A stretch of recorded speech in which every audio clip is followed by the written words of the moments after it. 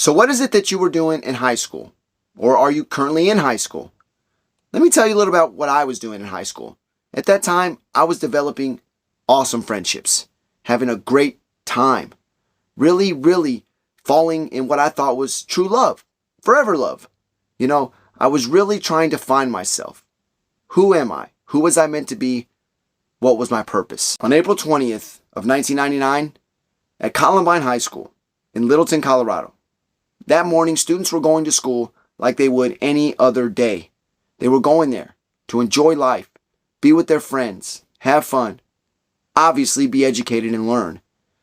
This is very important for everybody. This is your moment in life when you really get molded into who you're going to be. Now, there were two students in particular on this day that would attend school. They were seniors, Eric Harris and Dylan Klebold. Now, after investigation, it said that they were going to launch this plan that they had been working on for over a year. Harris and Klebold were no doubt one another's best friends. I mean, it was obvious.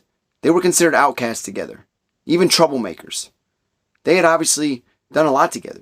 They had gotten legal issues together, where they had gotten in trouble, went through the court system together, served their punishments together. So on that Tuesday morning of April 20th of 1999, Klebold and Harris would enter the cafeteria at Columbine High School with two duffel bags. Those two duffel bags contained propane bombs. They left them there. They left them there with the intent that at 11:15, which is when the A shift lunch started, they were going to set them off. So once the duffel bags were planted, the boys separated. Harris left the school one way, Klebold the other. And not long after that, Harris got his personal vehicle pulled back into the parking lot at the school.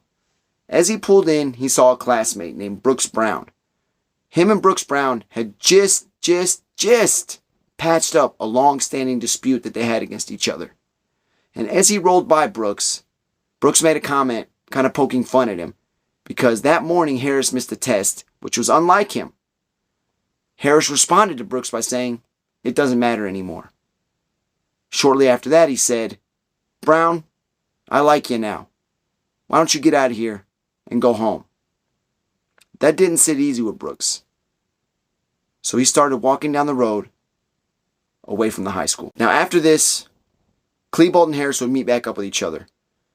And they would start arming themselves. They would use strapping and webbing to conceal weapons underneath trench coats they were both wearing. It was at 11:19 a.m. that morning that they started approaching the west entrance to the school. There was two students sitting out in the grass eating their lunch, a Rachel Scott and a Richard Castaldo. As witness reports go, they say they heard one or both of the boys start to yell, "Go, go!" And as soon as they heard that, they looked. The boys pulled out their weapons and started firing. They started firing at Scott and Castaldo, hitting Scott 4 times. One hit her in the temple, and it killed her. Castaldo was hit more than 8 times by a combo of bullets from both boys. He would eventually fall to the ground unconscious. So as the boys entered the school, Klebold had to reload his weapon, and as he did so, Harris started firing down the west end staircase of the school. There was 3 students, Daniel Rohrball, Lance Kirkland, and Sean Graves, who were coming that direction. For some reason, the boys assumed this was a paintball gun, and they kept going up the stairs. Harris fired 10 more times, killing Rohrball, and the other 2 were hit and severely injured. After this, Harris would start firing at 5 students who were standing on a hillside on the west end. He ended up shooting a Michael Johnson in the leg, arm, and face. Michael Johnson was able to get up after all this with his own power and get out of there. He got away from the school. He survived. He also shot and hit a Mark Taylor. Mark Taylor was hit in the chest, leg, and arm. Mark actually fell to the ground and wisely played dead. Then at this time, Klebold was heading toward the cafeteria. He would walk over and shoot the body of Dan Rohrball that was laying there. He would then start approaching Lance Kirkland, who was very badly injured and very weakly pleading for help. Klebold looked at him and said, "Sure, I'll help you," and shot him in the face with his shotgun. 9 times out of 10, this would have been a fatal injury. But Kirkland would remain alive, and he would ultimately still survive. Klebold would enter the cafeteria. He'd walk around momentarily, and there were students in there hiding, but he fired no shots. They say he may have been in there to check on the duffel bags they had planted there earlier in the day. And then he would meet back up with Harris, and they would head west on to school. They were firing shots at students as they were running away. 2 students that were fired at ended up running back into the school, up to the library, where they would warn other students that were in there hiding that danger was coming, and they hid as well. Now, there was other witnesses that could hear, either Klebold or Harris, don't know which one, that was walking around saying, "This is what we always wanted to do. This is awesome," as they walked around, firing more shots. So at 11:24 a.m., police would start arriving on the scene. At 11:26 a.m., there was firing back and forth between 2 deputies and Harris. Nobody was hit. 11:29 a.m., Harris and Klebold would start to enter the library. As they entered, there was 52 students in there, 2 teachers, 2 librarians.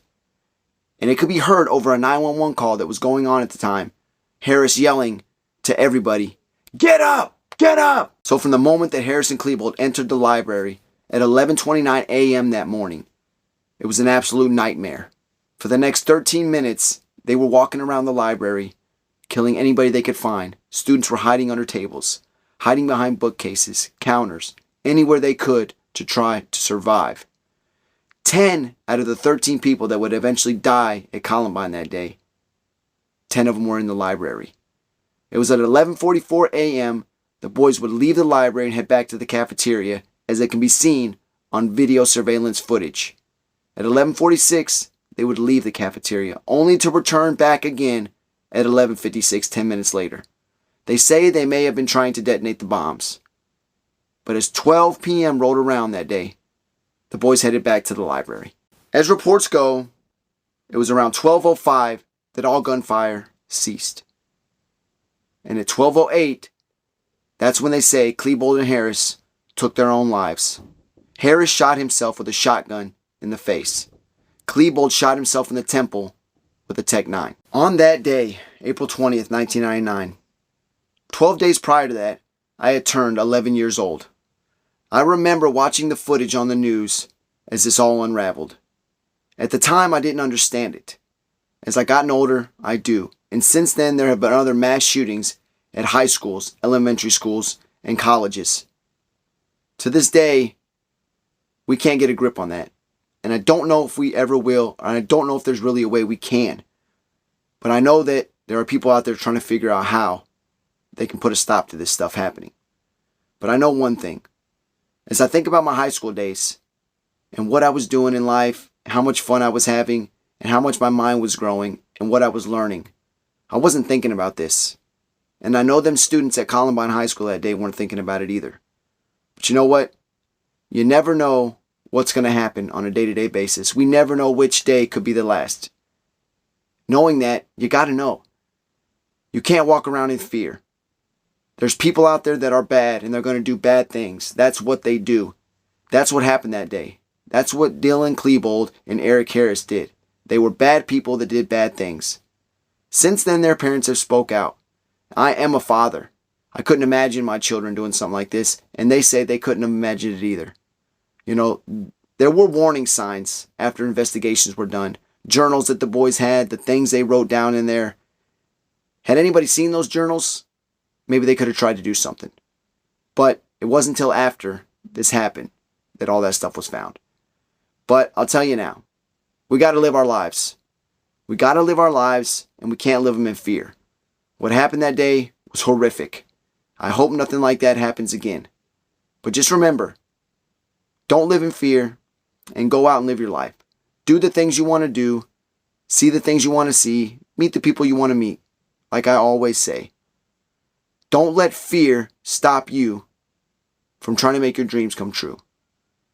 You know I always say on this channel, dream big, and you got to dream big. I know a lot of students that day had big dreams, and some of them never got to fulfill them. But I hope the students that survived, who undoubtedly are probably scarred mentally for the rest of their lives, I hope they can put that in the past. Never forget, but don't let it hold them back. So again, everybody, thank you for watching. Give a thumbs up, give a like, and subscribe in memory of the students that died at Columbine High School that day. We'll never forget that, and they'll forever live in our hearts and pray for their families. Thank you for listening today.